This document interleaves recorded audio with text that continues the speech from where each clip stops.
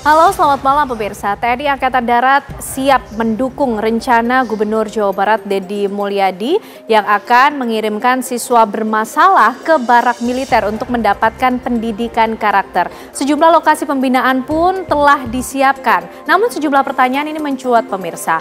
Apakah kemudian pendekatan militer ini cocok diterapkan dalam dunia pendidikan kita? Dan bagaimana pula kriteria dari siswa yang dinilai bermasalah tersebut? Serta seberapa efektifkah dan apa yang menjadi latar belakang kebijakan ini diambil? Itu yang akan menjadi tema pembahasan kita di Apa Kabar Indonesia malam hari ini. Bersama saya Ken Ana. Dan saya Tiara Haraha. Pemirsa, selain itu kami juga akan mengupdate informasi berkaitan dengan kasus tewasnya balita berusia 4 tahun di Tangerang, Banten. Pemirsa, yang belakangan diketahui terduga pelakunya ini adalah laki-laki berusia 37 tahun berinisial HB yang tidak lain merupakan kekasih dari ibu kandungnya sendiri. Seluruhnya akan kami hadirkan di Apa Kabar Indonesia malam untuk Anda.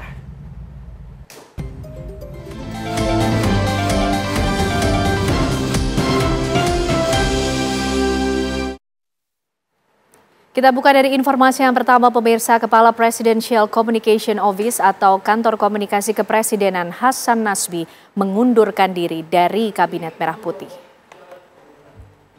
Menurut Hasan, keputusan yang diambil dirinya bukan keputusan yang tiba-tiba dan emosional. Hasan dalam Instagram Total Politikom menyebut pengunduran dirinya ini dipikirkan dalam suasana tenang demi kebaikan komunikasi pemerintahan.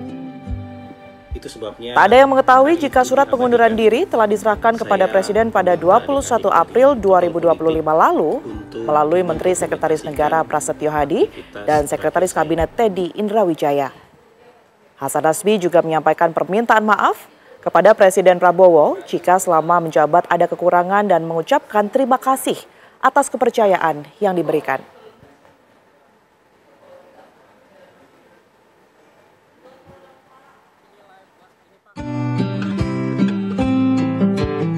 Teman-teman semua, hari Senin tanggal 21 April 2025 adalah hari terakhir saya menjalani aktivitas di Kantor Komunikasi Kepresidenan.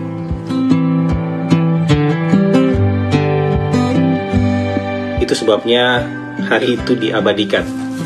Saya meminta adik-adik dari Total Politik untuk mendokumentasikan aktivitas terakhir saya.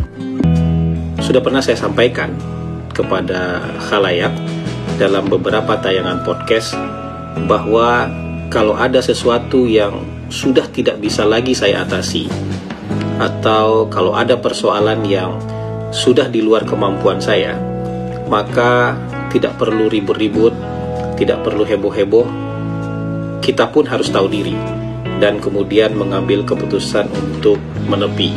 Maka pada hari ini, 21 April 2025, sepertinya saat itu sudah tiba. Surat pengunduran diri saya tanda tangani dan saya kirimkan kepada Presiden melalui 2 orang sahabat baik saya, Menteri Sekretaris Negara dan Sekretaris Kabinet. Kesimpulan saya sudah sangat matang bahwa sudah saatnya menepi keluar lapangan dan duduk di kursi penonton, memberikan kesempatan kepada figur yang lebih baik untuk menggantikan posisi bermain di lapangan. Jadi ini bukan keputusan yang tiba-tiba dan bukan keputusan yang emosional. Ini rasanya adalah jalan terbaik yang dipikirkan dalam suasana yang amat tenang dan demi kebaikan komunikasi pemerintah di masa yang akan datang. Saya mengucapkan terima kasih kepada Presiden Prabowo Subianto yang sudah memberikan kepercayaan kepada saya sebagai bagian dari anggota Kabinet Merah Putih. Dan tentu saja itu merupakan sebuah kehormatan dan kebanggaan bagi saya pribadi. Tapi saya juga harus meminta maaf kepada beliau jika selama memberikan pelayanan kepada Presiden masih jauh dari apa yang beliau harapkan. Mungkin itu yang bisa saya sampaikan kepada teman-teman semua. Assalamualaikum warahmatullahi wabarakatuh.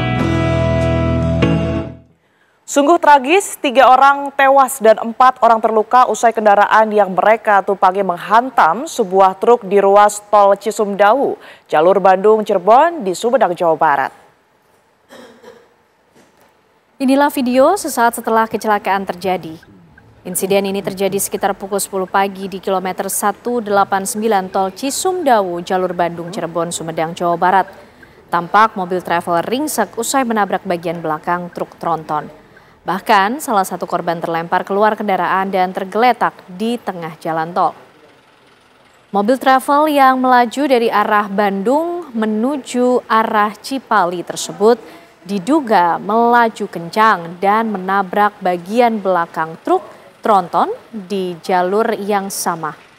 Akibat kecelakaan ini 3 penumpang tewas dan 4 penumpang lainnya mengalami luka berat. Proses evakuasi bangkai kendaraan dilakukan petugas dengan menggunakan truk derek. Saat proses tersebut, arus lalu lintas dibuka hanya 1 lajur. Saat ini 4 orang korban luka dirawat di rumah sakit, sementara sopir telah diamankan petugas Satlantas Polres Sumedang untuk diperiksa.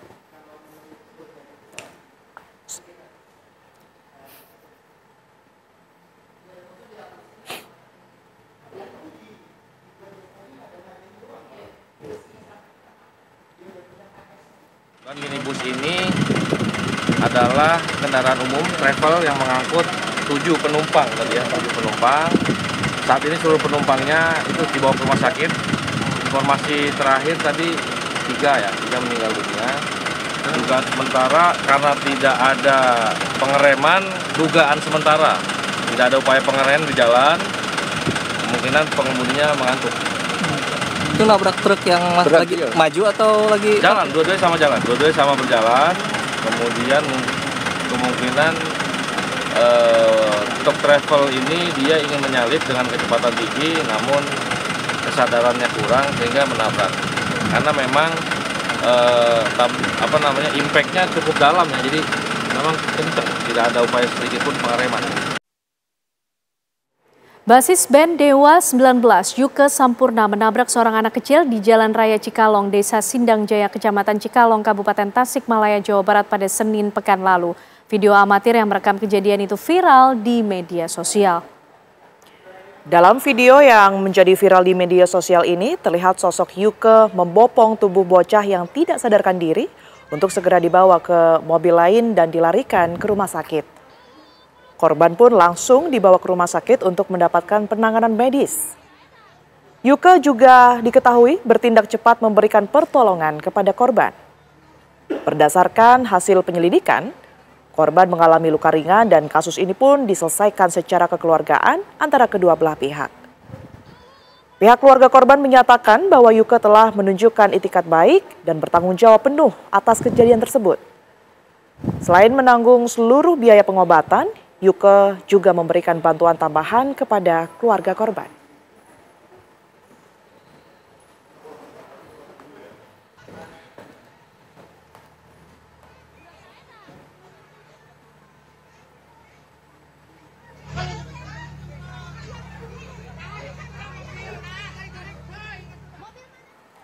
Pemirsa, Polresta Bandara Soekarno-Hatta membongkar kasus produk farmasi tanpa izin berupa vape yang mengandung zat etomidate. Dalam kasus ini terseret nama aktor Jonathan Frizzy dan 3 orang lainnya.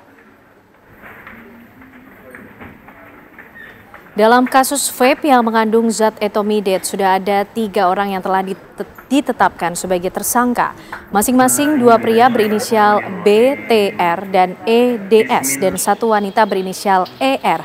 Untuk aktor Jonathan Frizzy sejauh ini masih terperiksa di Satuan Reserse Narkoba Polresta Bandara Soekarno-Hatta. Kasus ini bermula saat Satuan Reserse Narkoba Polresta Bandara Soekarno-Hatta bekerja sama dengan Bea Cukai mengamankan vape yang mengandung obat keras jenis etomidate yang dibawa dari luar negeri. Dari hasil penyelidikan lebih lanjut, diamankan 2 orang tersangka pria dan 1 wanita. Menurut AKP Michael Tandayu, Kasat Narkoba Polresta Bandara Soekarno-Hatta, Jonathan Frizzy telah dipanggil sebagai saksi. Namun saat dilakukan pemanggilan kedua, yang bersangkutan beralasan sakit dan sampai saat ini belum memenuhi panggilan sebagai saksi.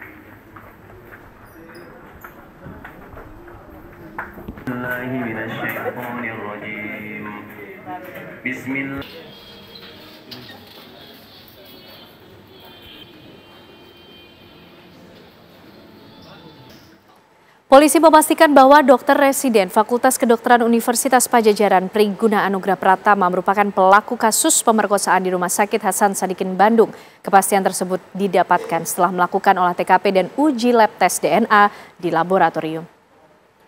Polda Jawa Barat memastikan pelaku kasus pemerkosaan di Rumah Sakit Hasan Sadikin Bandung adalah dokter residen Fakultas Kedokteran Universitas Padjadjaran Priguna Anugrah Pratama. Dari olah TKP dan uji lab tes DNA di Laboratorium Pusdokes Mabes Polri terhadap 3 orang korban, penyidik memperoleh hasil bahwa Priguna merupakan pelaku pemerkosaan. Tes genetik terhadap tersangka Priguna serta ketiga korban, yakni 2 pasien dan 1 keluarga pasien di Rumah Sakit Hasan Sadikin Bandung dilakukan selama sepekan lebih. Kesimpulan yang disampaikan di Treskrimum Polda Jawa Barat dapat dibuktikan secara ilmiah dan secara genetik bahwa di alat kontrasepsi, rambut, serta alat vital para korban ditemukan hanya ada 1 DNA Priguna Anugrah Pratama dan tidak ada DNA laki-laki lain. Sementara itu pemirsa, untuk melengkapi berkas perkara P21 yang akan dikirimkan ke Kejaksaan, polisi masih melakukan pendalaman dan melakukan pemeriksaan terhadap saksi tambahan yang sebelumnya 17 orang. Polisi pun juga menunggu hasil tes psikologi terhadap tersangka Priguna yang kini masih mendekam di Mapolda Jawa Barat. Kami bahwa di sini dapat dibuktikan secara ilmiah, dapat dibuktikan secara ilmiah dan secara genetik, bahwa di kolom itu identik profil daripada DNA tersangka Priguna. Kemudian tadi disampaikan oleh Pak Kabid Dokes, tidak ada DNA individu pada swab korban. Pemirsa, TNI Angkatan Darat siap mendukung rencana Gubernur Jawa Barat Deddy Mulyadi yang akan mengirimkan siswa bermasalah ke barak militer untuk mendapatkan pembinaan karakter. Kepala Dinas Penerangan TNI AD, Brigjen Wahyu Yudayana, menyebut Kodam 3 Siliwangi segera menandatangani kerjasama dengan pemerintah Provinsi Jawa Barat. Dan kami akan hadirkan pembahasan selengkapnya untuk Anda usai jeda.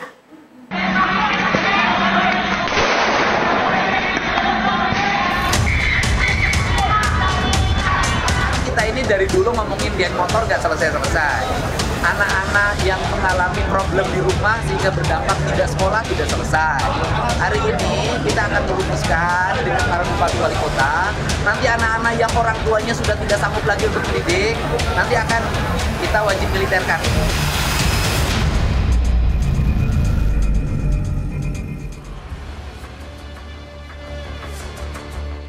Pendidikan barak militer ala Deddy Mulyadi.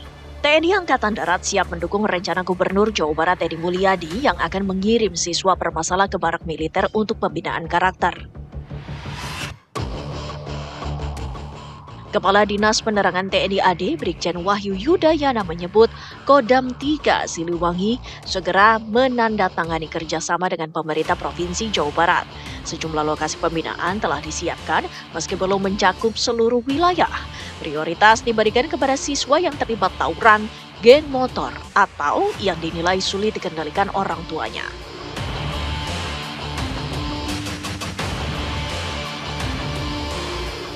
Program ini akan mulai bergulir pada 2 Mei 2025 dengan tujuan membentuk kembali karakter siswa agar terhindar dari perilaku negatif. Namun sejumlah pertanyaan mencuat, seberapa mendesak kebijakan ini dijalankan? Bagaimana kriteria siswa bermasalah ditetapkan? Layakkah pendekatan militer diterapkan dalam dunia pendidikan kita?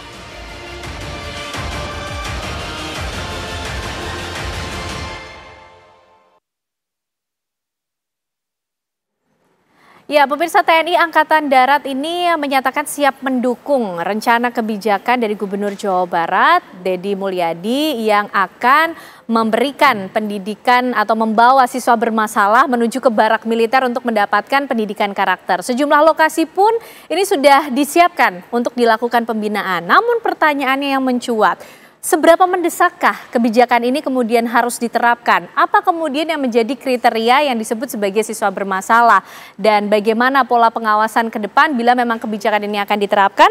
Malam hari ini kita akan membahasnya tentunya bersama dengan sejumlah narasumber yang sudah hadir di Apa Kabar Indonesia malam hari ini. Sudah ada Pak Jejen Musfa, pengamat pendidikan dari UIN Jakarta. Pak Jejen, selamat malam. Sehat ya Pak Jejen? Selamat malam. Sehat ya Pak? Sehat, terima kasih sudah hadir dan tentunya bergabung bersama kita ada Pak Iskandar Sitompul, Kapus Pen TNI pada tahun 2010 hingga 2014. Pak Iskandar apa kabar? Baik, selamat malam Mbak Ken. Selamat malam. Dan juga semangat selalu. Dan kita tentunya tadi pemirsa sudah mengundang Gubernur Jawa Barat Deddy Mulyadi untuk bisa ikut berdiskusi bersama di Apa Kabar Indonesia malam hari ini. Namun kita masih menunggu kehadiran atau bergabungnya Deddy Mulyadi dalam diskusi kita malam hari ini. Tapi kami juga akan hadirkan untuk Anda pemirsa bagaimana pernyataan dari Gubernur Jawa Barat Deddy Mulyadi mengenai rencana kebijakan yang ia sampaikan.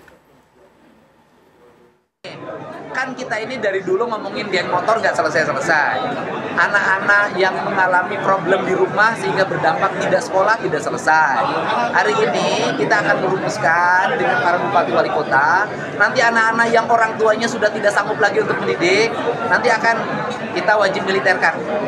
Teknisnya gimana Pak Gu? Ya? Teknisnya apakah sudah kerjasama dan lain-lain? Udah, nanti kabupaten kota ada beberapa kabupaten yang sudah siap. Nanti mana sih anaknya? Nanti ada anak yang tawuran di jalan, kita akan bawa.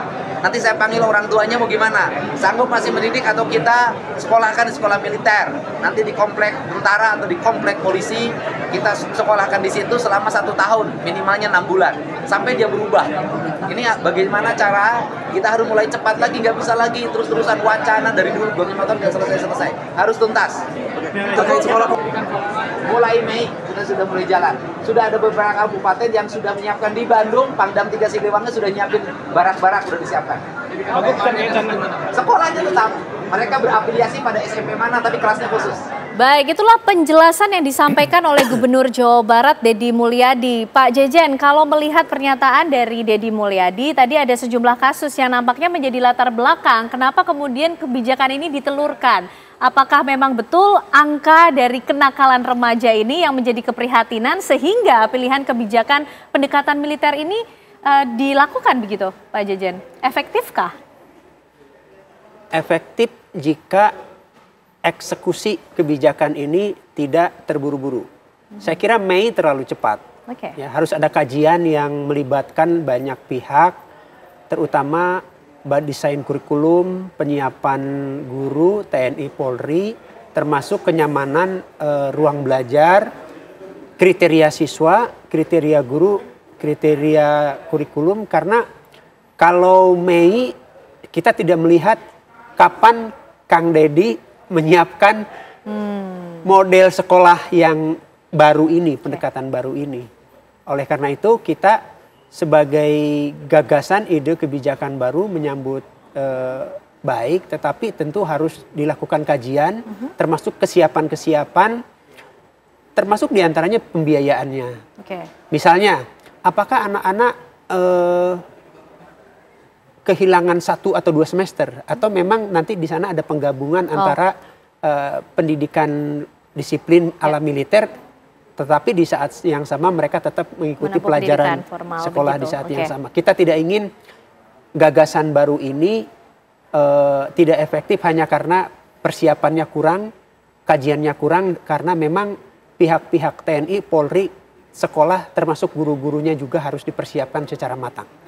Ini terkesan kemudian begitu cepat ya, kita hampir tidak melihat bagaimana persiapannya sedangkan Mei sudah ingin dilaksanakan. Ya, berarti ini bisa kita bilang termasuk kebijakan yang harus dilakukan segera karena mendesak atau seperti apa Pak Jejen? Harus ada yang mengingatkan Kang Deddy agar gagasan ini tidak tancap 120 km, tapi harus ada yang mengingatkan, berani mengingatkan bahwa ide bagus, gagasan bagus bisa meleset hanya karena persiapannya yang kurang matang.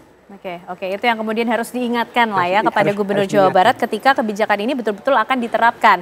Nah Pak Is, tadi kalau Kang Deddy ini menyampaikan ada contoh kok dari negara-negara luar yang sebelumnya sudah menerapkan ini begitu kan, dan dinilai cukup baik untuk bisa diterapkan juga di Indonesia, memberikan pendidikan karakter kepada mereka-mereka atau siswa-siswa yang bermasalah. Pak Iskandar juga punya pengalaman mengenai hal ini? Oke, kalau saya begini ya, dengan Pak Zen saya sependapat, dengan Kang Mulyadi, Pak Gubernur saya sependapat banget. Namun tentunya kita pasti, saya yakin ini banyak pro dan kontra. Ya. Tapi tentunya kita lihat dulu regulasinya, oke?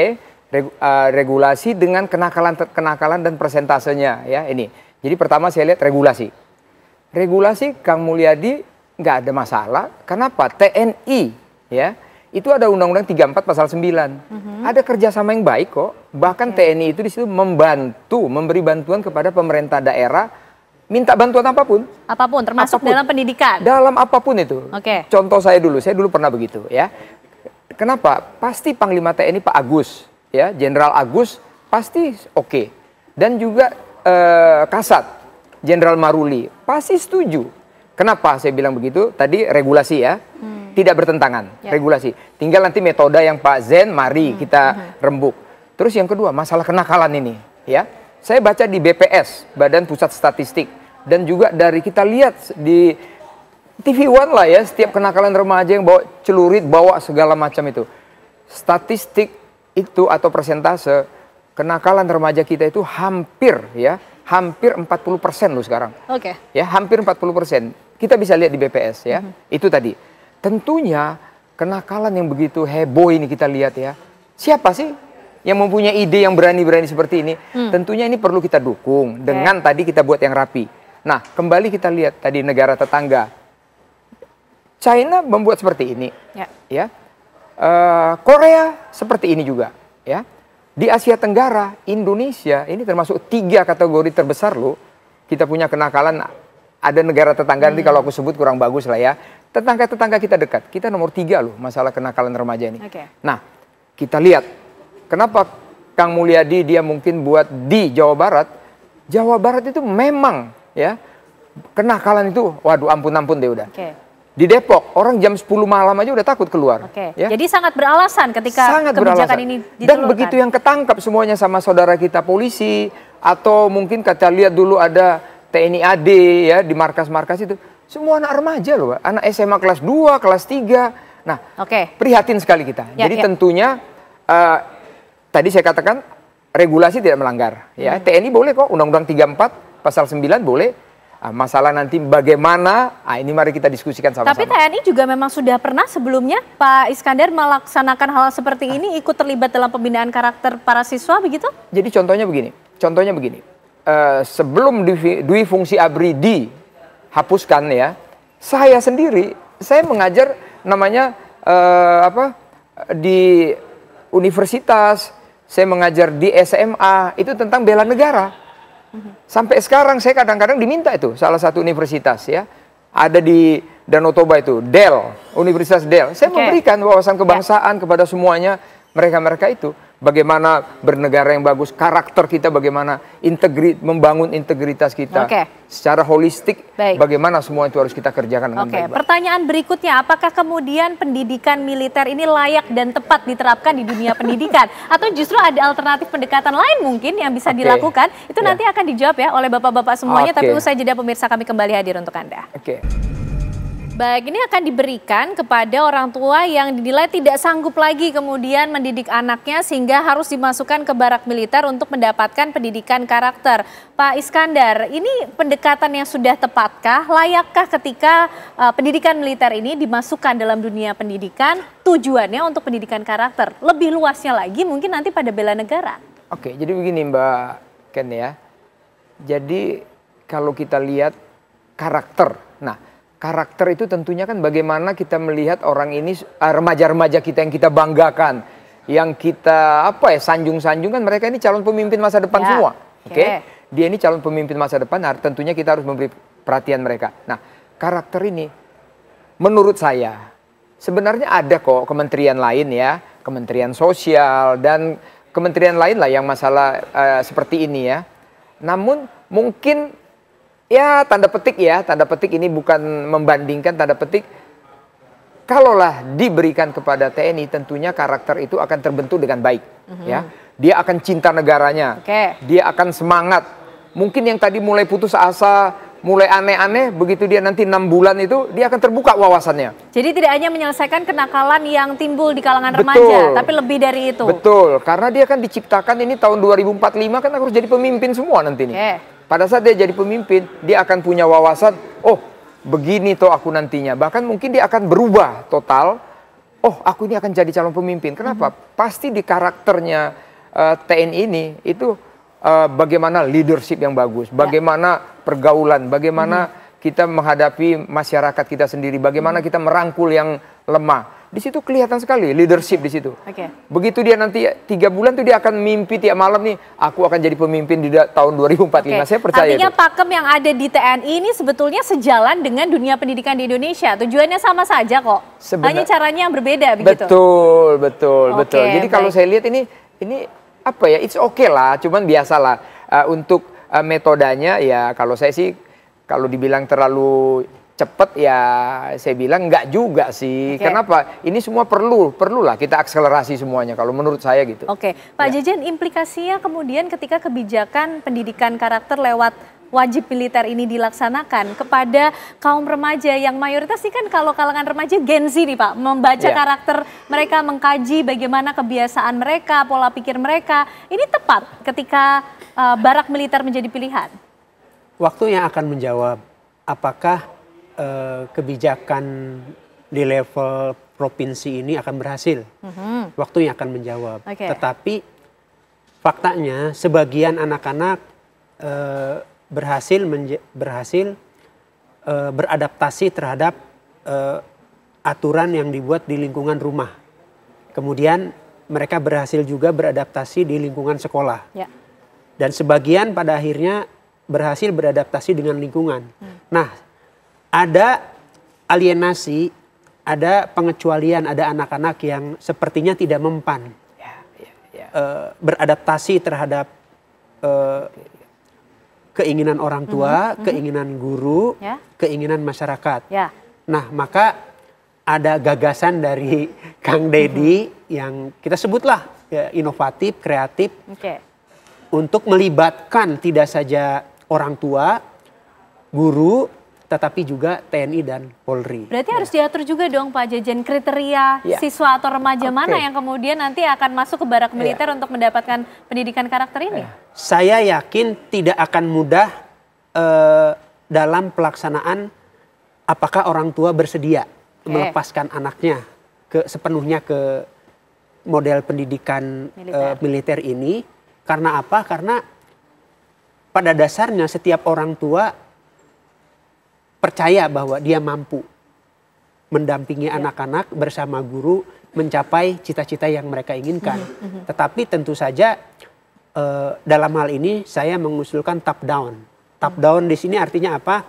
Tidak ada tawar-menawar.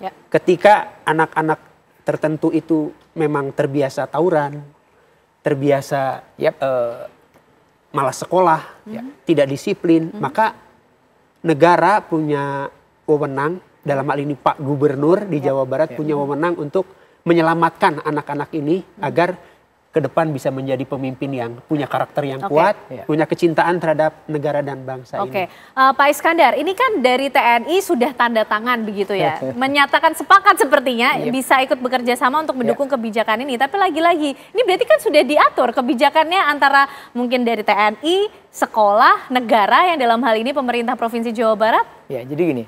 Kenapa saya bukan membela TNI? Kebetulan memang saya TNI, saya bukan membela. Kalau saya selalu berangkat kepada regulasi aturan. TNI tidak ada yang salah. Sesuai dengan tadi saya bilang Undang-Undang 34 pasal 9 ya. Operasi militer selain perang inilah salah satunya ya. Terus kedua, ini menanggapi Pak Zen dari UIN, di situ ada kriterianya Mbak. Ya, kriterianya sudah disusun juga? Kriterianya sudah ada itu Kang Mul udah buat semua kriterianya apa? Orang itu memang disetujuin sama orang tuanya. Kedua, ini kenakalannya memang sudah sangat-sangat susah. Sampai semua orang tua, saudara sudah nggak mampu lagi. Memang inilah yang diserahkan. Jadi bukan semua loh Mbak ya. Ya Pak Zen ya, Mbak Ken bukan semua. Ini kepada pemirsa semuanya tolong jangan langsung alergi. Bukan semua, ingat nih ya. Kriterianya tuh tadi ada ya. Itu dia masalah perkelahian. Ya, pakai celurit yang panjangnya 3 meter, ya kan? Kedua, narkoba, ketiga itu masalah narkoba, ketiga tadi tawuran. Maaf ini untuk kepada semuanya kan, geng motor. Itu ada motor yang bagus sih, aku juga suka naik sepeda motor, tapi nggak geng-gengan. Nah inilah yang kesimpulannya apa? Yang tidak mampu dibina lagi sama orang tua, sama saudara, sama tetangga, barulah diserahkan. Persetujuan ya, ingat ya, persetujuan orang tua tetap. Tetap dengan persetujuan orang tua. Tetap persetujuan orang tua. Jadi sifatnya nanti wajib atau kemudian harus suatu persetujuan orang tua dulu, Pak Is? Betul. Begitu ya? Jadi ini semuanya sudah dibentuk. Nah orang tuanya nih sekarang nih, kalau dia mungkin udah nggak mampu lagi mendidik anaknya, ya monggo gitu loh. Oke. Nah tapi ketika kriteria tersebut dijalankan, ada juga mungkin anak-anak atau kalangan remaja yang sebetulnya juga butuh pendidikan karakter meskipun tidak nakal, sudah baik, sudah on the track begitu kan. Nah bagaimana kemudian membina mereka ini juga, karena butuh juga pendidikan karakter, semangat bela negara juga perlu untuk ditanamkan kepada para remaja ini. Kalau saya berpendapat begini, dulu itu kan kita pernah itu. Ya bela negara dan lain sebagainya, apa kalau bentuknya itu ya PKM atau apa itu dulu selalu ada, mungkin sekarang juga masih ada. Nah ini mungkin pertama kriterianya kepada yang tadi ya, yang orang tuanya setuju, di mana juga sekolah juga sudah tidak mampu lagi, tidak mau sekolah, tidak mau sekolah lagi, udah putus sekolah nih.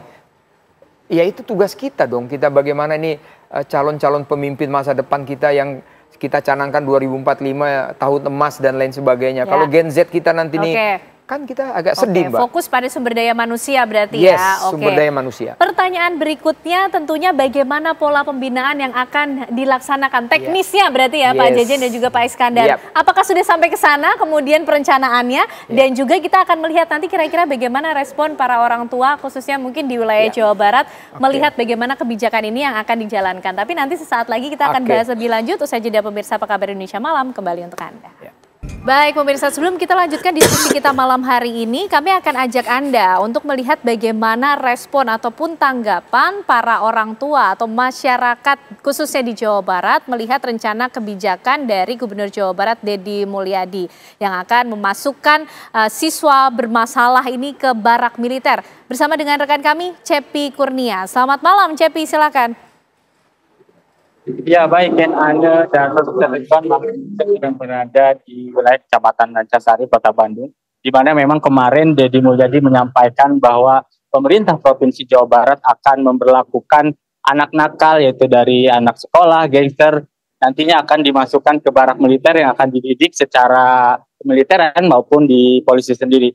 Nantinya memang program itu akan dilakukan menurut Deddy pada tanggal 2 Mei. Nah, untuk mengetahui apakah warga Bandung sendiri Jawa Barat setuju atau tidak dengan program yang dilontarkan Deddy Mulyadi itu, salah satunya dengan Bapak Yopi ini, gimana nih Pak dengan program wajib militer terhadap anak nakal yang nantinya akan ditaruh di barak selama 6 bulan atau selama 1 tahun maksimal ya. Jadi Bapak sendiri seperti apa?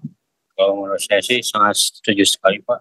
Jadi dapat memperkecil gerakan mereka jadi masyarakat lebih tertib, jadi lebih aman di sini gitu Pak.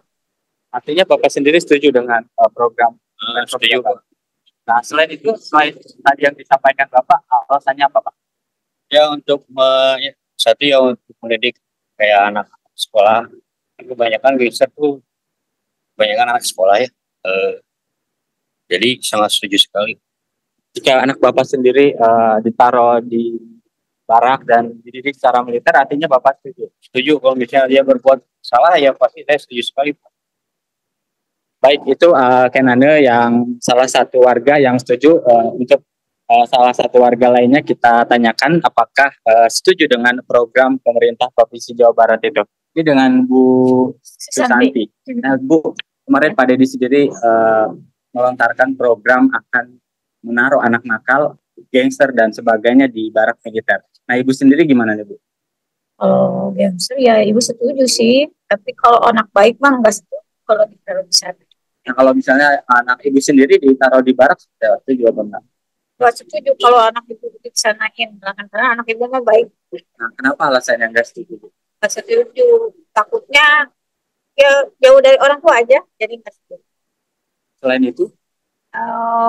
Ya takut aja ibu mah gitu kan, dulu orang tua ibu juga kan ABRI, jadi kata bapak tuh anak-anak jangan ikutan ABRI gitu, jadi takut sampai sekarang. Ini jadi alasan ibu ketika anak tidak setuju ditaruh di barak. Iya, gitu.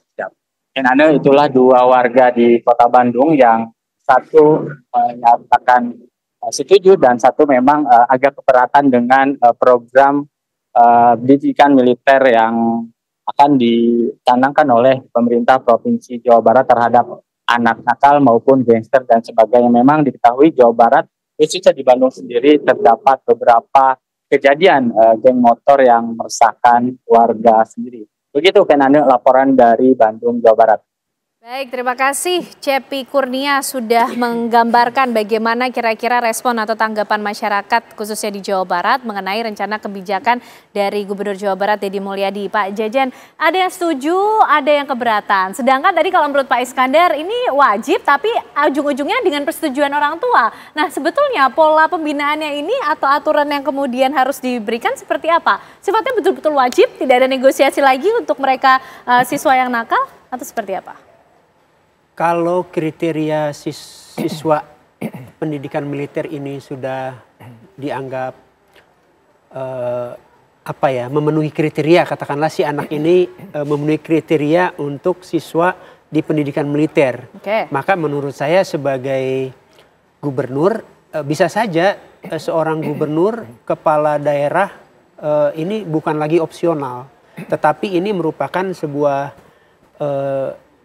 kewajiban di mana orang tua mau tidak mau konsekuensi logisnya karena kesimpulan orang tua tidak sanggup itu berbasis data-data tersebut. Artinya di rumah tidak tertangani, di sekolah tidak tertangani, di masyarakat juga tidak bisa beradaptasi, maka ini adalah top down, kebijakan yang dari atas ke bawah tidak ada negosiasi.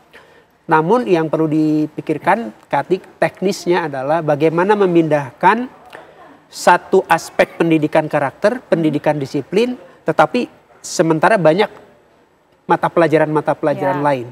Bagaimana memindahkan mata pelajaran dari sekolah ke barak, memindahkan guru sains, sosial, agama dari sekolah ke barak. Dan mendesain kurikulum itu tidak mudah. Tidak mudah. Kemudian bagaimana dengan dinas pendidikan? Berdiskusi, berdialog dengan TNI atau Polri. Bagaimana dengan pembiayaannya? Apakah ini akan ditanggung murni oleh daerah atau ada keterlibatan dari Menteri Pendidikan Dasar dan Menengah dan seterusnya. Karena sebagai masyarakat kita belum mendengar, kita belum mendapat informasi kalau Mei ini dilaksanakan sepertinya ini terlalu tergesa-gesa ya. Oke. Desain kurikulumnya gambarannya akan seperti apa Pak Jejen ketika nanti pendidikan karakter berbasis militer ini akan dilangsungkan dalam durasi sekitar 6 bulan begitu?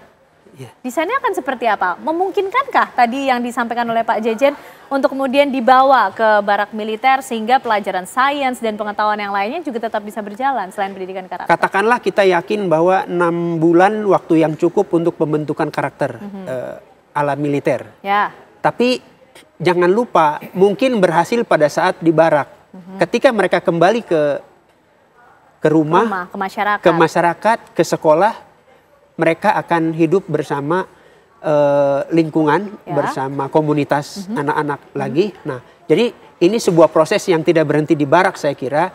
Sebuah proses yang harus melibatkan juga orang tua tentu saja, sekolah, guru, dan tentu saja tokoh-tokoh masyarakat. Sehingga keberhasilan di barak harus diikuti juga dengan keberhasilan pasca pendidikan di barak. Oke, baik. Coba kita cari informasinya lewat Pak Iskandar ya. Kira-kira ini pola pembinaannya sudah betul-betul dipersiapkan secara matangkah? Termasuk sistem pengawasan pelaksanaannya seperti apa Pak Iskandar? Ya, kalau saya lihat ya jadi gini, kita pertama kalimat ada kesan tadi saya lihat dari seorang ibu yang tadi seorang perempuan Jawa Barat. Dia mengatakan seolah-olah ini seperti wajib militer. Kalau saya lihat ini mungkin ini perlu kita koreksi dikit kalimatnya atau Kang Mulyadi, Pak Gubernur. mungkin ini bukan wajib militer. Ini hanya pendidikan karakter nih ya. Karakter itu apa sih sebenarnya kalau kita bedah? Itu kan masalah disiplin, masalah tanggung jawab, masalah sayang dengan sesama, menghargai. Nah, ini kalau kita lihat anak-anak remaja sekarang, bukan semua remaja ya, ini saya respect sama semua remaja yang ada di seluruh Indonesia ya. Bukan semua saya katakan di sini ya. Boleh kita katakan kalimat yang populer apa? Oknum lah. Oknum remaja ya. Ini mereka-mereka ini yang perlu kita kembalikan kepada jalan yang benar. Itu dia sebenarnya. Jadi bukan wajib militer kita hajar dia latihan tembak-menembak, enggak kok. Ini bagaimana jam 5 pagi dia bangun. Bagaimana dia melipat, dia punya selimut. Mungkin di sana bagaimana kita menyuci baju sendiri. Aku nih 4 tahun nih nyuci baju sendiri. Akhirnya sekarang jadi disiplin gitu loh ya. Nah, sepertinya saya lihat itu. Menyayangi sesama. Dan nanti di sana, ini loh, negara kamu ini negara paling hebat nih di Asia Tenggara atau di Asia, kalian calon pemimpin, pasti itu nanti disampaikan semua mereka akan terbentuk. Ini jujur aja, aku juga zaman remaja aku nggak bener-bener amat juga aku kan, suka tawuran berantem aku suka juga kan. Tapi setelah aku masuk 4 tahun di Tidar sana, ya berubah, aku jadi baik, aku sayang dengan teman-teman, aku mencintai teman-teman, membantu teman-teman kalau aku bisa bantu, mengajak mereka, hey, bagaimana cari solusi, hey bagaimana, itu di benak aku ini selama aku di yang mengawasi siapa nanti Pak Iskandar sehingga pendidikan karakter dengan cara militer ini, karena tidak wajib militer ya, dengan cara militer ini akan menghasilkan produk atau kita sampaikan memiliki kualitas manusia yang jauh lebih baik daripada sebelum ia masuk ke barak militer. Kalau saya yakin, saya percaya pasti ada perubahan dari mereka. Saya yakin ada perubahan, walaupun Pak Zen tadi mungkin agak bagaimana tanda tanya ini bisa kembali lagi, tapi saya yakin mereka akan lebih baik. Kenapa saya katakan begitu? Mereka nanti di sana yang tadi saya katakan akan dibuka semua wawasannya. Ini loh, kamu jadi calon pemimpin 2045. Bahkan mungkin mereka ini nanti bisa masuk ke tamat SMA, bisa masuk ke STPDN, itu kan calon pemerintah daerah, bisa masuk ke TNI, bisa masuk ke polisi semuanya. Karena dia sudah dibekali karakter nih loh. Aku bagaimana menjaga negaraku nih yang begitu luasnya, begitu penduduk kita ini hampir berapa ratus juta nih, hampir 300 juta kalau nggak salah ya, hampir nomor 5 terbesar di dunia nih sekarang.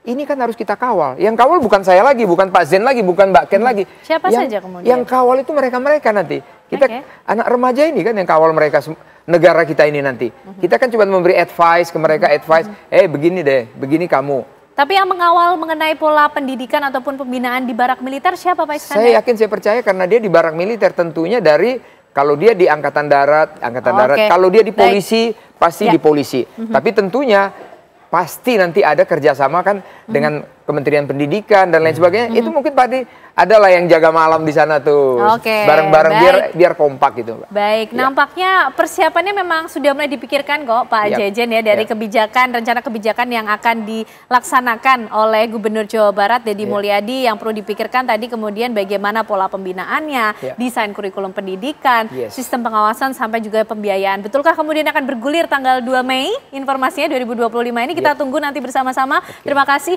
Pak Jejen, Pak Iskandar malam hari ini sudah hadir di Apa Kabar Indonesia Malam untuk berdiskusi mengenai rencana kebijakan yang akan ditelurkan oleh Gubernur Jawa Barat Deddy Mulyadi. Sehat selalu Bapak-bapak semuanya. Terima kasih Mbak Ken, selamat malam. Dan pemirsa tentunya Apa Kabar Indonesia Malam masih akan kembali hadir untuk Anda. Kami akan menghadirkan juga informasi yang berkaitan dengan polisi yang berhasil menangkap terduga pelaku pembunuhan bocah berusia 4 tahun bernama Muhammad Abdal yang jasadnya dibakar di dalam kamar sebuah kontrakan di Kampung Kresek, Desa Rawaburung, Kecamatan Kosambi, Kabupaten Tangerang, Banten. Kami hadirkan informasi selengkapnya untuk Anda sesaat lagi. Ada kembali di Apa Kabar Indonesia Malam, pemirsa. Subdit Jatanras Polda Metro Jaya menangkap pelaku pembakaran balita 4 tahun di Tangerang, Banten. Saat ditangkap, pelaku bersembunyi di Masjid Raya Al-Hidayah Dedel, Teraju, Kabupaten Tasikmalaya, Kabupaten Jawa Barat. Sempat buron selama 2 hari, Heri Budiman, pelaku pembakaran bayi di sebuah kontrakan di Desa Tanjung Burung, Kecamatan Kosambi, Kota Tangerang, akhirnya ditangkap. Polisi Subdit Jatanras Polda Metro Jaya menangkap pelaku di sebuah masjid di kawasan Dedel, Taraju, Kabupaten Tasikmalaya, Jawa Barat. Pelaku yang bekerja sebagai satpam di Bandara Internasional Soekarno-Hatta ditangkap tanpa perlawanan. Pelaku diketahui juga merupakan kekasih dari ibu korban yang telah menjalin hubungan selama 2 bulan.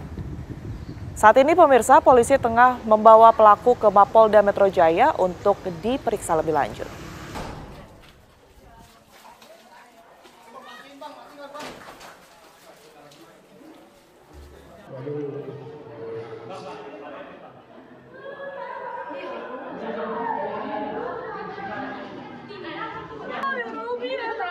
Nah, ini orang tuanya nih. Dia punya pacar, anaknya dititip sama pacarnya di kontrakan.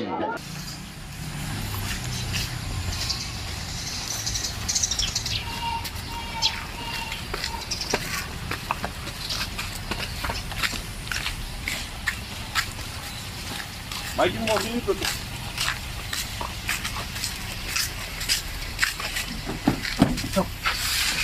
Buka, itu yang kita masuk dulu.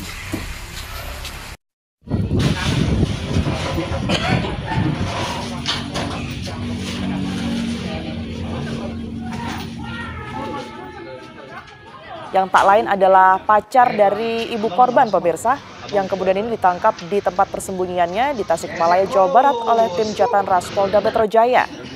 HB diketahui merupakan security di Bandara Soekarno-Hatta yang baru berhubungan dengan ibu korban selama 2 bulan.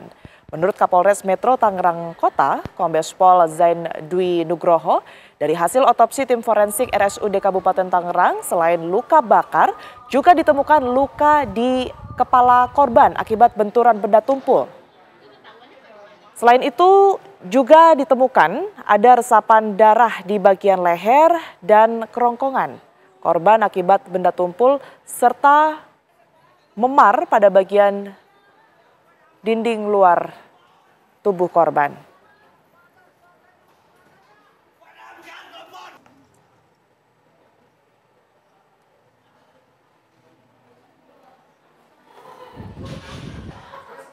Ya, kita akan langsung update pemirsa seperti apa kemudian ini update dari kasus pembakaran balita usia 4 tahun hingga tewas. Sudah ada rekan kami Shena Damayana di lokasi kejadian.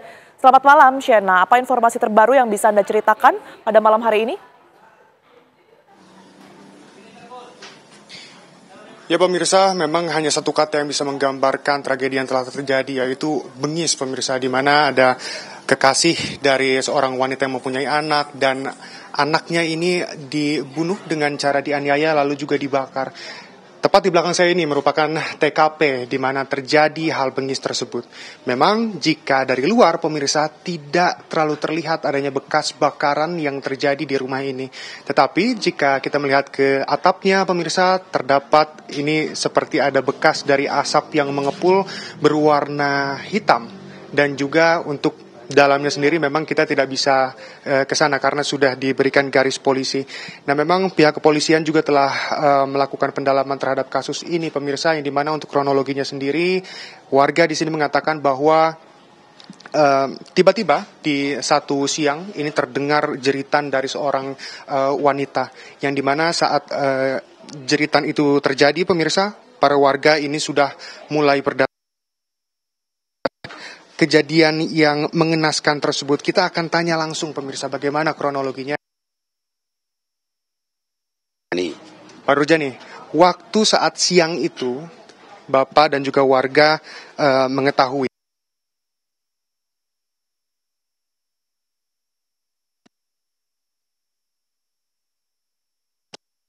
Dikeluarin juga saya nggak tahu, saya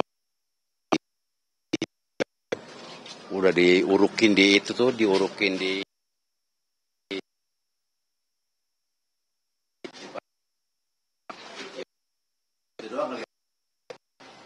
Oke, lalu bagaimana anaknya sendiri, kondisi dari anaknya sendiri? Ya udah ada yang apa, kosong sedikit, tuh kakinya ada tuh sebagian dikit lah, kayaknya masih utuh gitu, bukannya utuh, bukannya butuh apa, masih putih gitu, nggak kayak kebakar gitu. Tuh, dia keadaannya posisinya juga malah terlentang, kalau nggak salah terlentang. Tapi benar ya, berarti menurut informasi ini bahwa korban ini terbakar, betul? Iya, iya betul. Lalu untuk ibu dari korban sendiri ini sekarang bagaimana dan juga waktu kejadian ini seperti apa melihatnya? Ya, saya juga malah sempat nanya tuh ke ibunya, ya dia juga kata udah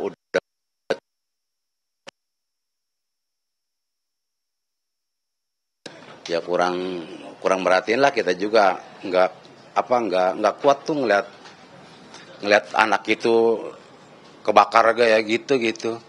Tapi sebelumnya memang Bapak nggak dengar orang gitu atau ribut-ribut di sini gitu? Enggak.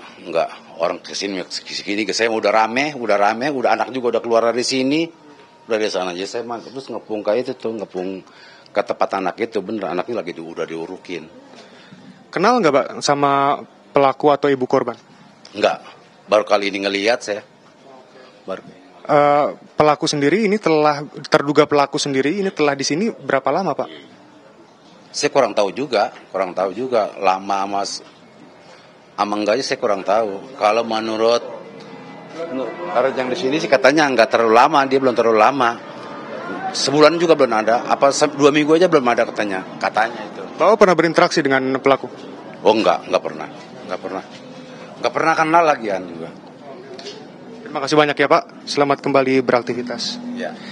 Dan pemirsa, seperti itulah tadi pernyataan dari warga di mana memang tidak banyak warga di sini yang mengetahui siapakah pelaku dan siapakah ibu korban, bahkan siapa korban pun ini banyak yang tidak mengetahui dikarenakan korban maupun pelaku maupun ibunya baru terlihat saat hari kemarin. Pihak kepolisian pun pemirsa dikabarkan telah menangkap terduga pelaku dari peristiwa ini yang ditemukan di Tasikmalaya tepatnya pada hari ini di jam 6.30 pagi waktu Indonesia Barat tadi, dan tentunya kasus ini masih dilaksanakan pendalaman pemirsa untuk bisa mengetahui bagaimana apakah motif yang dilakukan oleh pelaku.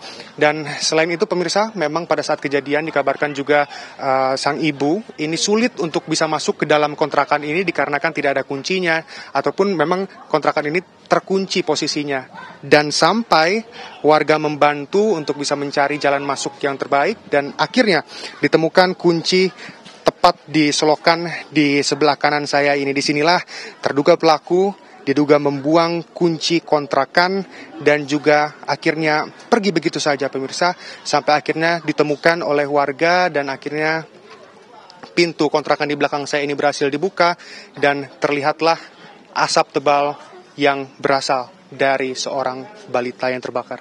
Demikian, kembali ke studio. Baik, Shena Damayana melaporkan langsung dari Tangerang, Banten. Terima kasih, selamat bertugas kembali.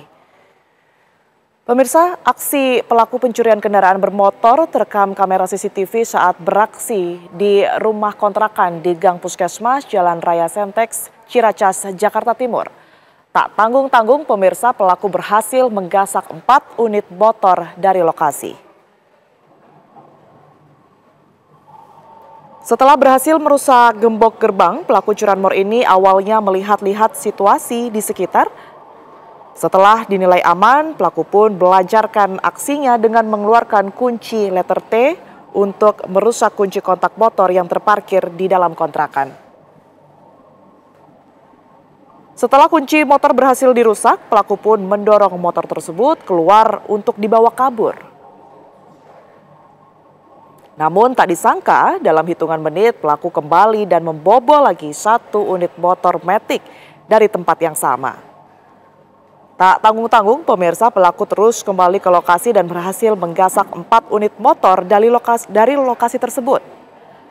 4 unit motor Matic yang hilang tersebut terjadi dalam waktu 1 malam saja. Pelaku disinyalir beraksi bersama komplotannya lebih dari 4 orang karena bisa membawa 4 unit motor sekaligus.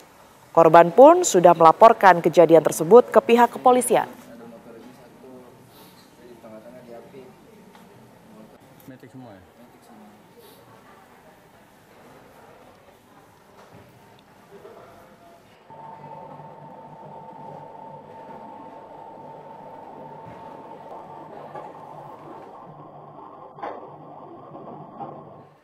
Satreskrim Polres Metro Jakarta Barat bersama Polsek Tambora dan Kebonjeruk berhasil mengungkap kasus pencurian dan penggelapan puluhan sepeda motor dan belasan mobil.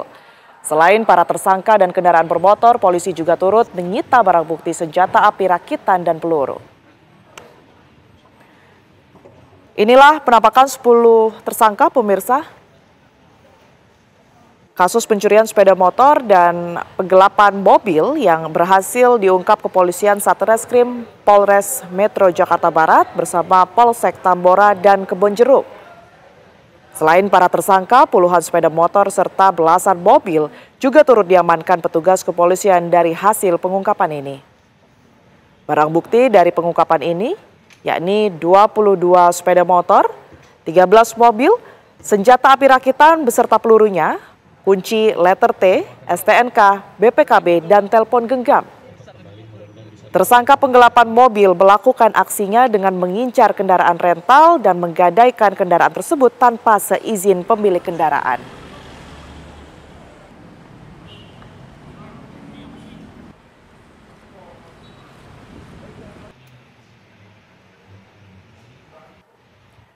Bermodalkan pistol mainan, komplotan spesialis rampok kendaraan di Garut, Jawa Barat berhasil memperdaya korbannya.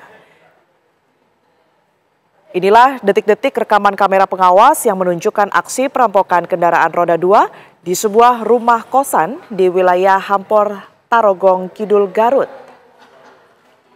Tampak pelaku yang mengenakan topi dan jaket hitam masuk ke parkiran motor, kemudian mendodongkan sepucuk pistol kepada penghuni. Pelaku kemudian membawa kabur sepeda motor korban. Berbekal rekaman kamera pengawas, 3 pelaku berhasil diciduk polisi di depan stasiun kereta api Kota Garut, yaitu MRS, AM, dan AC. Dari tangan para pelaku, pemirsa, polisi menyita 1 pucuk pistol mainan, kunci pembobol kontak kendaraan atau astak, dan sebilah golok. Polisi juga mengamankan 9 buah sepeda motor dari 19 motor yang berhasil diambil para pelaku. 10 lainnya masih dalam pencarian karena telah dijual pelaku ke wilayah Garut Selatan.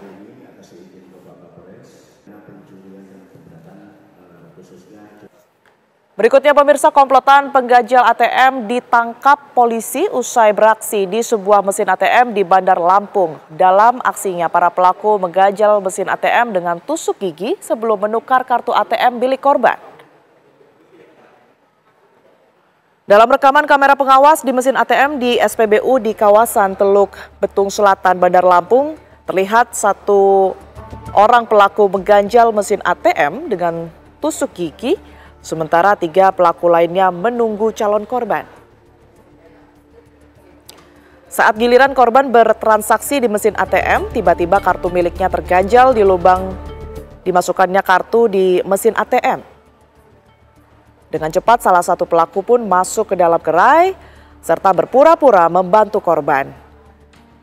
Saat korban lengah, pelaku menukar kartu ATM milik korban dengan kartu bank yang serupa. Di saat bersamaan, tim reskrim Polsek Teluk Betung Selatan yang sedang berpatroli mencurigai gerak-gerik para pelaku langsung meringkus 2 dari 4 orang komplotan ini. Dari hasil penyidikan, pemirsa, komplotan ini ternyata sudah beraksi sebanyak 5 kali di gerai ATM di lokasi yang sama. Kini polisi masih memburu 2 pelaku lainnya berinisial MR dan RD.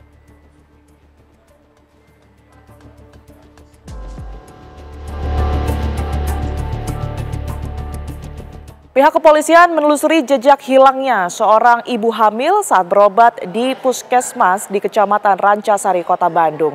Sejumlah saksi dan CCTV di sekitar puskesmas telah diperiksa, termasuk keterangan dari suami korban.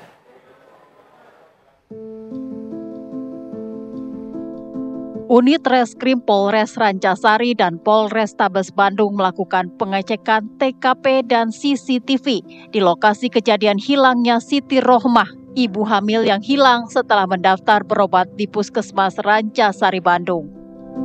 Pihak kepolisian meminta keterangan dari Satpam dan pegawai Puskesmas Terwati. Pihak kepolisian juga telah melacak sejumlah nomor dan akun Facebook milik korban untuk mengetahui keberadaannya. UPT Puskesmas, Ibu Betty, kemudian dari pihak security, Dinas Sosial, pintu masuk, dan kami pun selalu meminta keterangan dari Pak Opik dan pihak-pihak lain yang saat ini memang kita baru hanya mendapatkan keterangan dari pihak Puskesmas dan pihak suami korban, yaitu saudara Pak Opik. Tapi kami dalam itu kami telusuri bahwasanya betul pada hari Rabu sekitar pukul 8.47 Ibu Siti mendaftarkan untuk daftar berobat keluhannya gatal-gatal kulit. Sebelumnya beredar kabar seorang ibu hamil 6 bulan bernama Siti Rohmah yang hilang secara misterius saat berobat di Puskesmas Darwati, Rancasari, Kota Bandung pada Rabu 23 April lalu. Sebelumnya suami korban mengantarkan istrinya ke puskesmas yang tak jauh dari tempat ia bekerja. Sang istri bahkan sempat berkomunikasi sampai siang hari, namun setelahnya hilang kontak. Namun pada malam harinya ada pesan yang masuk lewat Facebook milik istrinya. Pesan suara itu berisi tangisan minta tolong. Dari Bandung, Jawa Barat, Cepi Kurnia, TV One mengabarkan.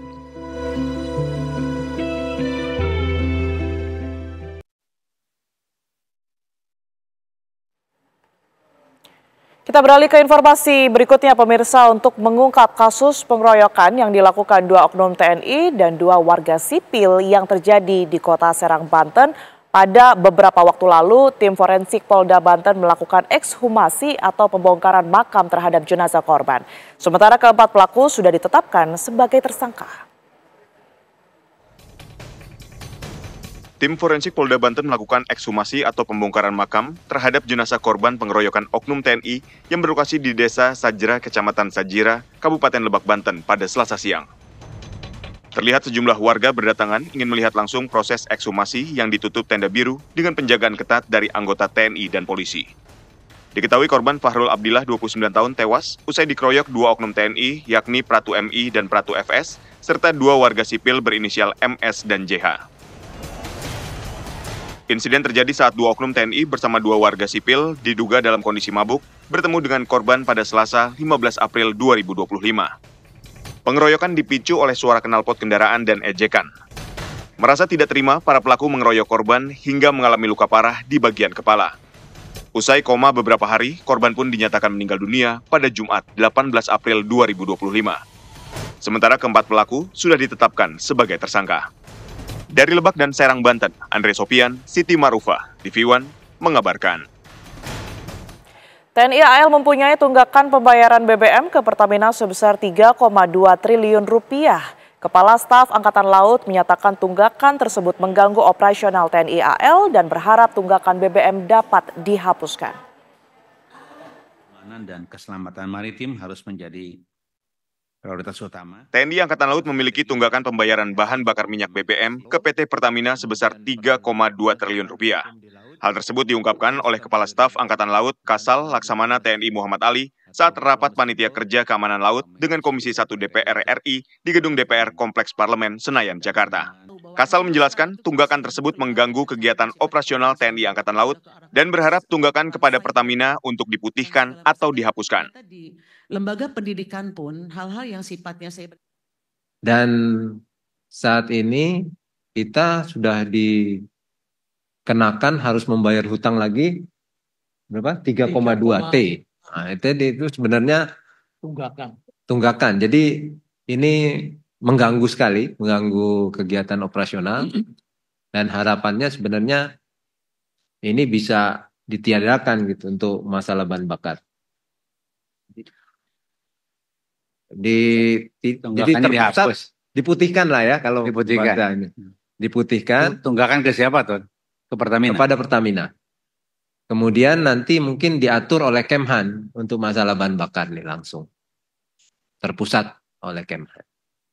Harapannya seperti itu. Memang yang menggunakan bahan bakar terbesar pasti Angkatan Laut karena kapal kita ini walaupun diam saja tidak bergerak.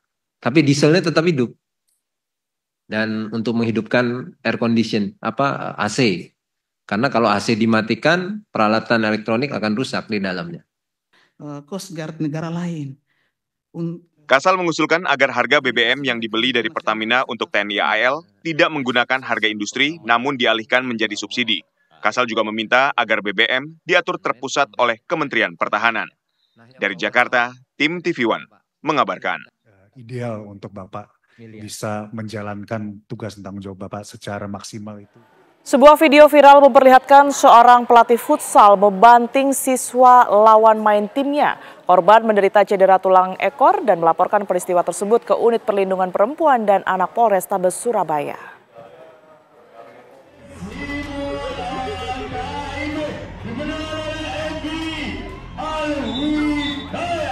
Sebuah selebrasi kemenangan tim futsal sekolah dasar berakhir mengenaskan saat sang pencetak gol dihampiri pelatih tim lawan.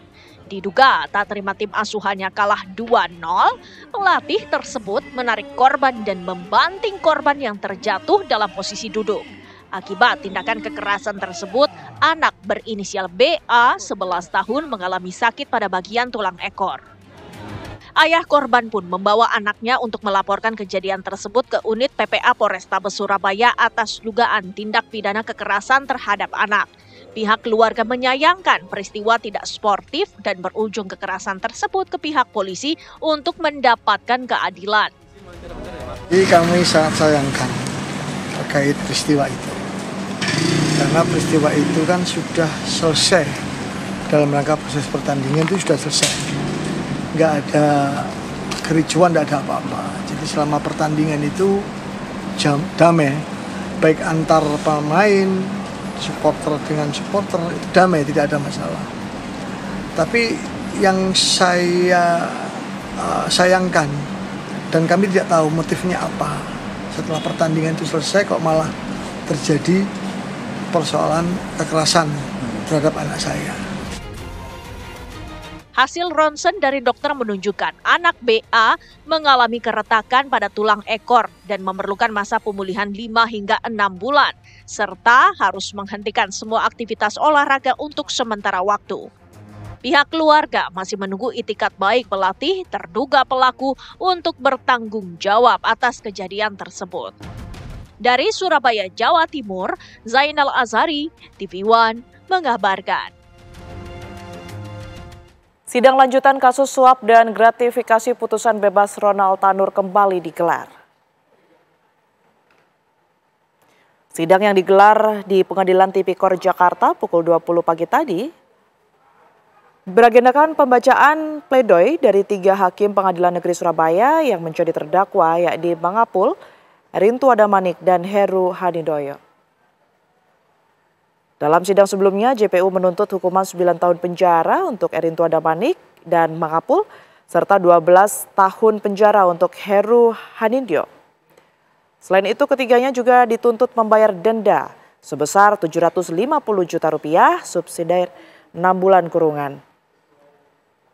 Perbedaan tuntutan ini berdasarkan pada sikap para terdakwa selama proses persidangan. Erintua dan Mangapul dianggap kooperatif dan telah mengembalikan uang suap, sementara Heru dinilai tidak kooperatif. Tim kuasa hukum Erintua dan Mangapul juga menyebut jika keduanya telah mengajukan diri sebagai justice collaborator dan berharap mendapatkan keringanan hukuman. Pemirsa, diduga akibat saling ejek, pendukung kepala desa lama dan pendukung kepala desa baru terlibat saling serang menggunakan parang. 2 orang mengalami luka serius dan dilarikan ke rumah sakit.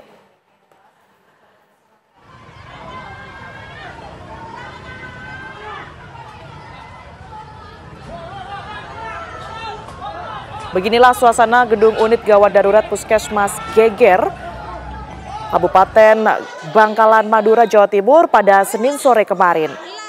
Sekelompok orang yang membawa senjata tajam tiba-tiba menyerang Puskesmas Geger. Warga yang panik berteriak sehingga mengundang kedatangan warga lainnya. Beruntung ada sejumlah tokoh masyarakat yang berupaya menenangkan warga yang mengamuk. Keributan ini diduga berawal dari saling ejek antara pendukung kepala desa lama dan pendukung kepala desa baru yang berujung kekerasan.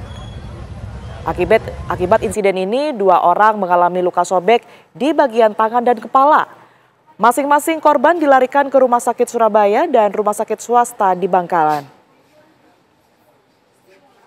Selasa pagi, puluhan personil Polres Bangkalan langsung didatangkan dan disiagakan di Puskesmas Geger, Kabupaten Bangkalan. Suasana di sekitar puskesmas telah kembali kondusif dan masyarakat beraktivitas normal, termasuk pelayanan kesehatan di Puskesmas Geger.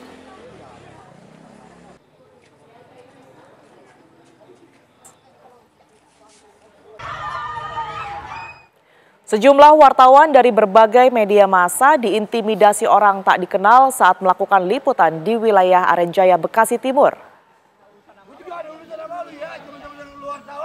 Beginilah aksi seorang pria tak dikenal yang tiba-tiba mendatangi sejumlah wartawan yang sedang melakukan pengambilan gambar dugaan penipuan lowongan kerja di Ruko Plaza Bekasi Jaya, Bekasi Timur, Kota Bekasi.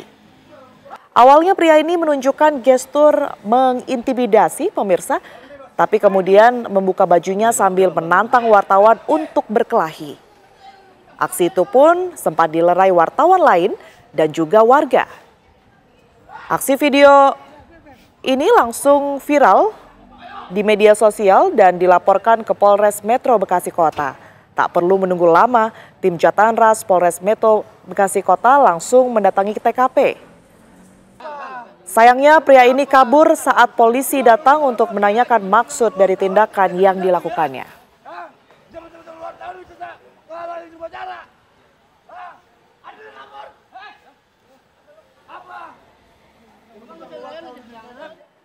Pemirsa, perilaku premanisme berkedok ormas kian membuat resah, mulai dari mengganggu aktivitas ekonomi hingga aksi penyerangan disertai pembakaran mobil polisi. Ulah ormas yang dinilai kebablasan tersebut menggulirkan wacana revisi undang-undang dari Mendagri Tito Karnavian. Lantas, bagaimana suara DPR serta para ahli atas wacana itu? Inilah ulas utas yang akan kami hadirkan mengenai aturan di bedah lawan ormas berulah.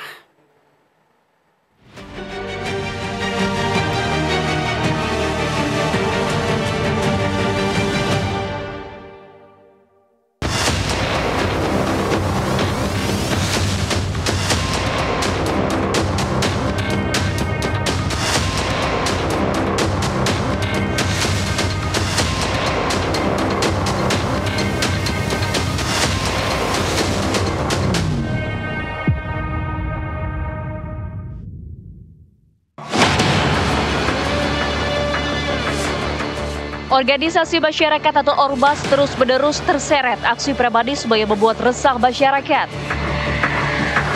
Ulah mereka bahkan telah mengganggu aktivitas ekonomi serta proyek-proyek pembangunan di sejumlah daerah. Seperti proyek pembangunan pabrik mobil besar di Subang, Jawa Barat yang juga tak luput dari gangguan ormas yang bertindak bak preman. Sejumlah preman melakukan pemalakan pada sopir truk di kawasan industri yang digadang-gadang pemerintah tersebut. Aksi brutal sekelompok orang yang diduga ormas belum lama ini juga terjadi di wilayah Depok, Jawa Barat. Mereka bahkan nekat merusak dan membakar mobil polisi. Kejadian berawal dari aksi oknum ketua ranting salah satu ormas dan anggotanya yang menghalangi kegiatan pembangunan sebuah perusahaan di Depok, Jawa Barat. Mereka mengancam dan mengintimidasi para pekerja yang disertai dengan tembakan senjata api. Polisi lalu menangkap ketua ranting ormas tersebut. Penangkapan itu pun berujung penyerangan disertai pembakaran mobil polisi. RSR ini berperan menghasut massa untuk menghalang-halangi petugas dan melakukan atau menutup portal di sana. Tersangka yang kedua dengan inisial GR ini berperan membakar satu buah mobil Daihatsu Xenia warna silver. Yang bersangkutan ini berkedok ataupun berlindung di balik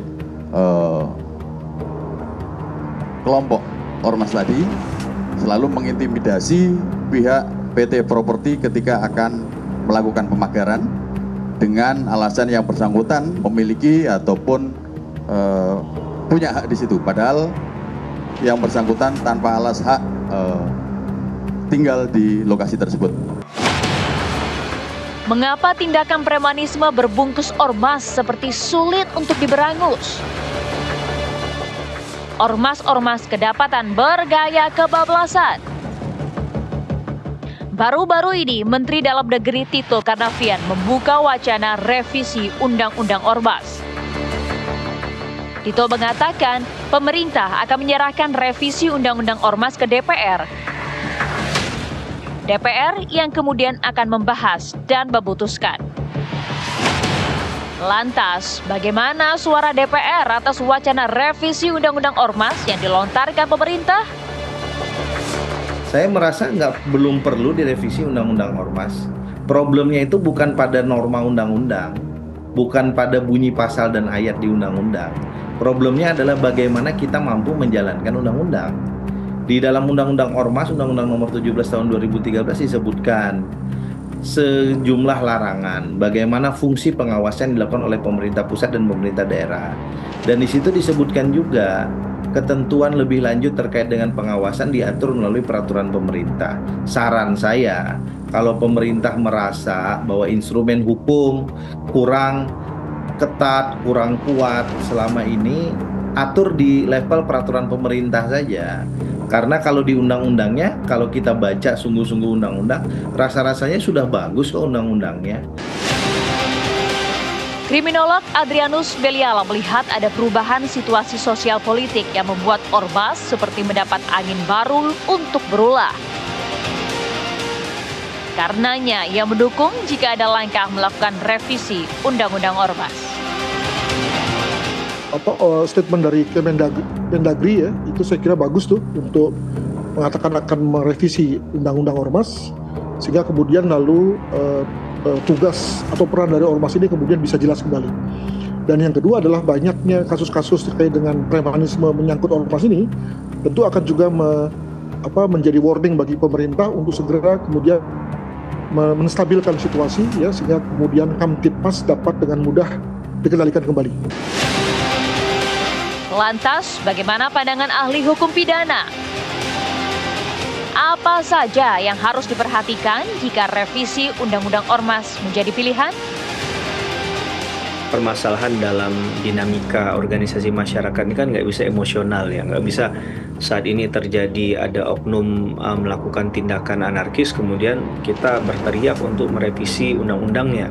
Jangan-jangan undang-undangnya sudah cukup gitu, tapi bagaimana mekanisme pengawasan itu lebih diperketat begitu ya, sanksi yang tegas, memberikan teguran kepada ketua-ketua yang menamai dirinya sebagai pucuk tertinggi dalam suatu organisasi kemasyarakatan itu juga perlu dilakukan, karena yang utama ini kan adalah menjaga rasa aman, memberikan perlindungan, kenyamanan bagi seluruh warga negara Indonesia.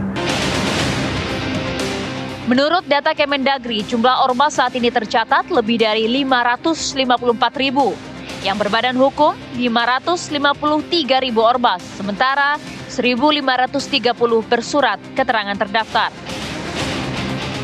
Ulah preman berbungkus ormas yang meresahkan sebenarnya bukan masalah baru. Aksi tersebut telah ada sejak bertahun-tahun silam, seperti yang diungkap mantan Gubernur Jakarta Sutioso. Ormas yang menjelma menjadi preman-preman tukang palak, terutama di tempat-tempat hiburan itu sudah dari dulu kala gitu kan. Nah, kemudian waktu gubernur 10 tahun, bayangin aja aku berkecimpung terus sama mereka. Bahwa saya sangat mendukung ya. Pak Tito Mendagri mau merevisi undang-undang ormas ini ya. Bukan tingkah laku mereka saja yang harus dievaluasi ya, tetapi juga cara berpakaian gitu. Saya itu tidak nyaman ya melihat ormas-ormas berpakaian yang terkesan lebih tentara dari tentara gitu. Itu supaya diatur ya, jangan itu kan untuk ada kesan untuk nakut-nakutin lah gitu kan. Sejatinya, ormas merupakan bagian dari sistem demokrasi yang menjamin kebebasan berserikat dan berkumpul. Namun rupanya tak semua ormas bisa memegang landasan yang dipercayakan itu.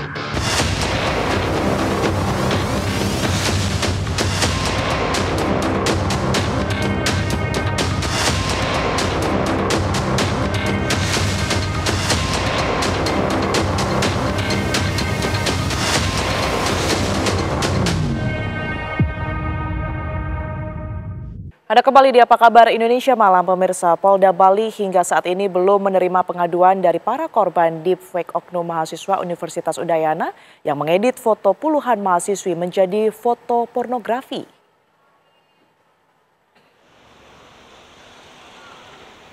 Meski perbuatan SLKDP, oknum mahasiswa Universitas Udayana yang melakukan pelecehan seksual dengan mengubah foto puluhan mahasiswi menjadi foto pornografi merugikan banyak orang, namun hingga kini pelaku belum diproses secara hukum. Dikarenakan belum ada satupun korban yang mengadukan perbuatan pelaku ke polisi. Kabid Humas Polda Bali, Kombes Pol Arya Sandi mengimbau para korban agar membuat pengaduan ke polisi supaya pelaku dapat diproses secara hukum pidana untuk mempertanggungjawabkan perbuatannya. Penyelidikan tetap berjalan oleh teman-teman dari Direktorat Siber, namun kita butuh laporan, aduan dari masyarakat yang merasa dirugikan. Ini sebagai dasar kami untuk kemudian melakukan tindakan penegakan hukum bagi yang bersangkutan, bagi pelaku. Sampai saat ini udah ada sampai saat ini terakhir kami cek belum ada pengaduan ya dari yang merasa dirugikan. Peristiwa pelecehan seksual yang dilakukan pelaku oknum mahasiswa Fakultas Ekonomi dan Bisnis menggunakan teknologi artificial intelligence atau kecerdasan buatan untuk mengubah foto puluhan mahasiswi menjadi foto pornografi saat ini masih ditangani secara internal oleh Universitas Udayana. Namun pihak Universitas Udayana memastikan akan memberikan pendampingan hukum jika para korban ingin melanjutkan kasus ini ke polisi. Saat ini oknum mahasiswa yang melakukan pelecehan seksual secara digital menggunakan kecerdasan buatan atau artificial intelligence ditangguhkan hak studinya oleh Universitas Udayana sambil menunggu keputusan pemberian sanksi dari sidang etik Rektorat Universitas Udayana.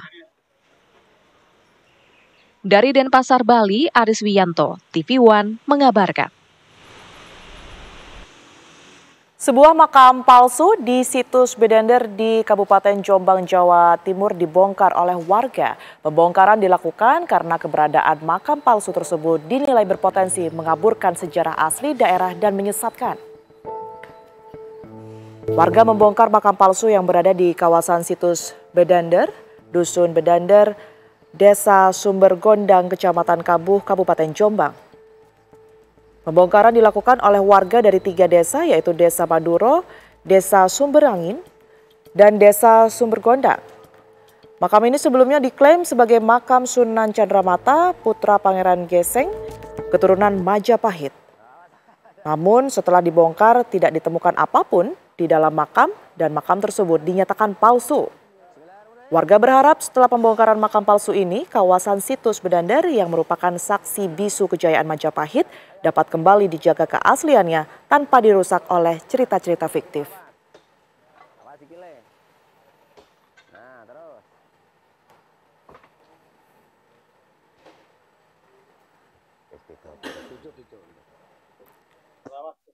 Keman yang utuh konsisten. Pokoknya tetap dibongkar. Kumpul kalau kan. Ngebongkar bulu-bulu lagi panen.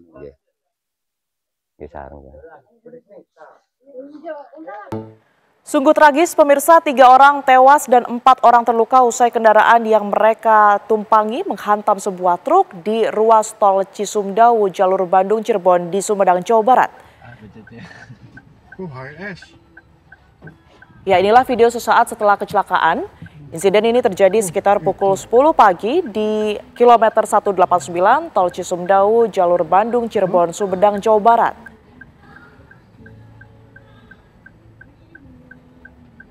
Tampak mobil travel ringsek usai menabrak bagian belakang truk tronton. Bahkan salah satu korban terlempar keluar kendaraan dan tergeletak di tengah jalan tol. Mobil travel yang melaju dari arah Bandung menuju arah Cipali tersebut diduga melaju kencang dan menabrak bagian belakang truk tronton di jalur yang sama. Akibat kecelakaan ini, 3 penumpang tewas dan 4 penumpang lainnya mengalami luka berat. Proses evakuasi bangkai kendaraan dilakukan petugas dengan menggunakan truk derek. Saat proses tersebut, arus lalu lintas dibuka hanya 1 lajur. Saat ini 4 orang korban luka dirawat di rumah sakit, sementara sopir telah diamankan petugas Satlantas Polres Sumedang untuk diperiksa.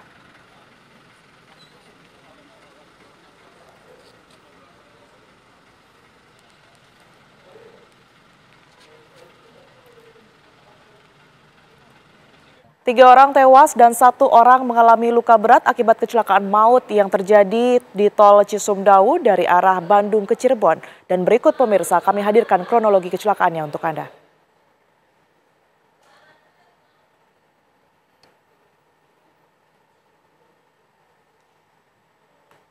Kronologi kecelakaan maut di tol Cisumdawu, lokasi di kilometer 189 dari arah Bandung ke Cirebon. Sopir travel Bhinneka menyalip kendaraan lain di depan dan kendaraan di depannya ada minibus travel serta truk box. Keduanya pun ada di lajur 2 ketika hendak pindah ke lajur 3.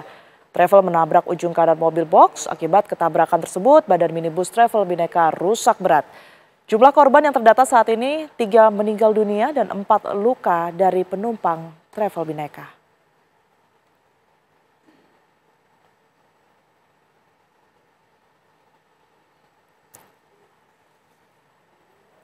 Kita beralih ke informasi berikutnya, pemirsa. Seorang oknum pimpinan pesantren di Lombok Barat, Nusa Tenggara Barat ditahan polisi karena menjadi terduga pencabulan terhadap 10 santrinya. Tersangka AF ditahan polisi setelah adanya laporan 10 korban santriwati yang sebagian besar sudah menjadi alumni di pesantren tersebut. Kasus ini terungkap setelah para korban melihat film Bid'ah, karya sineas Malaysia, di mana para korban merasa memiliki pengalaman serupa. Menurut pengakuan pelaku, modus yang digunakan mulai dari pengusiran jin hingga sugesti dapat meninggikan derajat anak dari korbannya nanti setelah menikah. Polisi pun terus membuka dan mendorong kepada korban lain untuk segera melapor.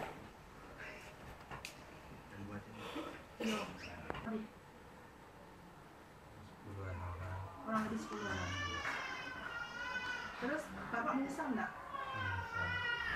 Menyesal. Apa motivasi Bapak melakukan hal itu? Itu saya mas jadi coba dihargai itu enak sih. San.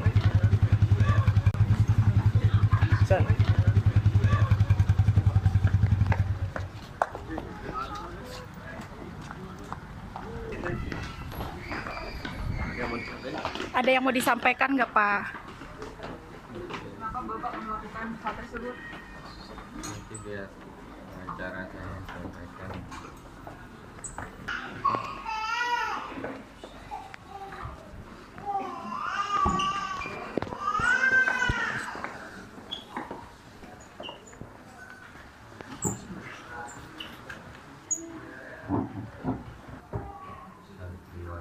Ya, pelecehannya seperti apa, Pak?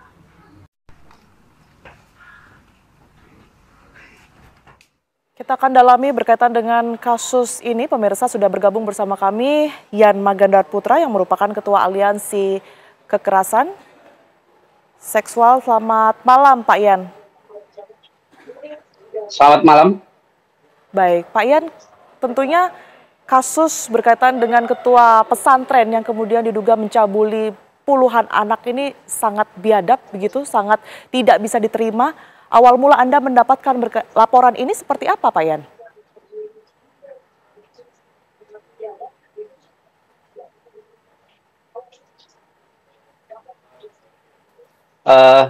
Terima kasih, selamat malam semuanya. Jadi awal terungkapnya kasus ini karena ada salah satu korban berinisiatif menceritakan kepada salah satu anggota keluarganya yang kebetulan anggota dari PATBM Dinas DP3A P2KB Lombok Barat yang memang selama ini menangani kasus anak. Dia menceritakan bahwa dia mengalami kekerasan seksual seperti apa yang ada dalam film Walid yang sedang viral saat itu. Dan dia jelaskan juga bahwa bukan cuma saya korbannya, tapi juga ada beberapa teman-teman lainnya. Nah, sehingga dari anggota keluarganya ini yang merupakan anggota PTBM, itu menghubungi pihak UPTD PPA Lombok Barat, lalu pihak UPTD PPA Lombok Barat menghubungi LPA Kota Mataram. Nah, sehingga kami coba menemui korban secara langsung, kemudian kami coba menemui beberapa korban lain, dan kami melakukan penguatan, baru kemudian kami mengambil keputusan untuk melaporkan kasus ini ke Polresta Mataram.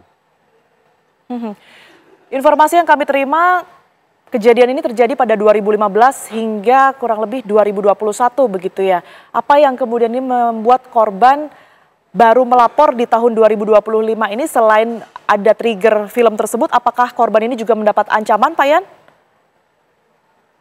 Oke, jadi sebenarnya kasus ini pengakuan dari beberapa korban itu sudah pernah dilaporkan ke pihak pondok pesantren. Namun oleh pihak pondok pesantren meminta kepada para korban untuk tidak menceritakan kasus ini ke pihak lain. Jadi diminta untuk ditutupi ya. Nah, akhirnya mereka karena merasa takut atau bagaimana, akhirnya mereka tutupi kasus ini. Nah, kemudian berjalan karena sudah tidak tahan mengalami tekanan mental, karena apa yang ada di film Walid itu adalah sesuatu yang benar-benar salah seperti yang apa mereka alami selama ini, sehingga dari beberapa korban ini bercoba bertemu dan mengambil keputusan, ayo kita bersuara. Kalau intimidasi secara langsung memang itu tidak nampak ya, tapi setelah adanya desas-desus, jadi kasus ini kan viral lebih dulu di media sosial ya, terutama Facebook ya, yang di situ ada seseorang dengan akun tertentu mengupdate bahwa ada salah satu pondok pesantren di KKIT itu sekitar 16 korbannya. Nah, akhirnya setelah itu viral, ada beberapa oknum yang ada di pondok pesantren itu coba melakukan penekanan terhadap beberapa korban untuk tidak bersuara. Baik Pak Yan, tentunya kami harap kasus ini terus dikawal begitu ya, hingga nanti pelakunya ini mendapatkan hukuman seberat mungkin seperti apa yang sudah dilakukan. Terima kasih Pak Yan Mangandar Putra yang merupakan Ketua Aliansi Stop Kekerasan Seksual telah bergabung bersama kami di Apa Kabar Indonesia Malam. Sehat selalu Pak Yan. Pemirsa, informasi tadi sekaligus menutup Apa Kabar Indonesia Malam hari ini. Saya Tiara Harahap. Dan saya Kenana pemirsa pamit undur diri, namun sesaat lagi program Catatan Demokrasi akan hadir untuk Anda bersama dengan Andromeda Mercury dan juga Maria Asegaf dengan tema Ironi Sirkus, tangisan di balik riuhnya tepuk tangan. Kami dari Apa Kabar Indonesia Malam pamit undur diri pemirsa. Terima kasih, selamat malam. Sampai jumpa.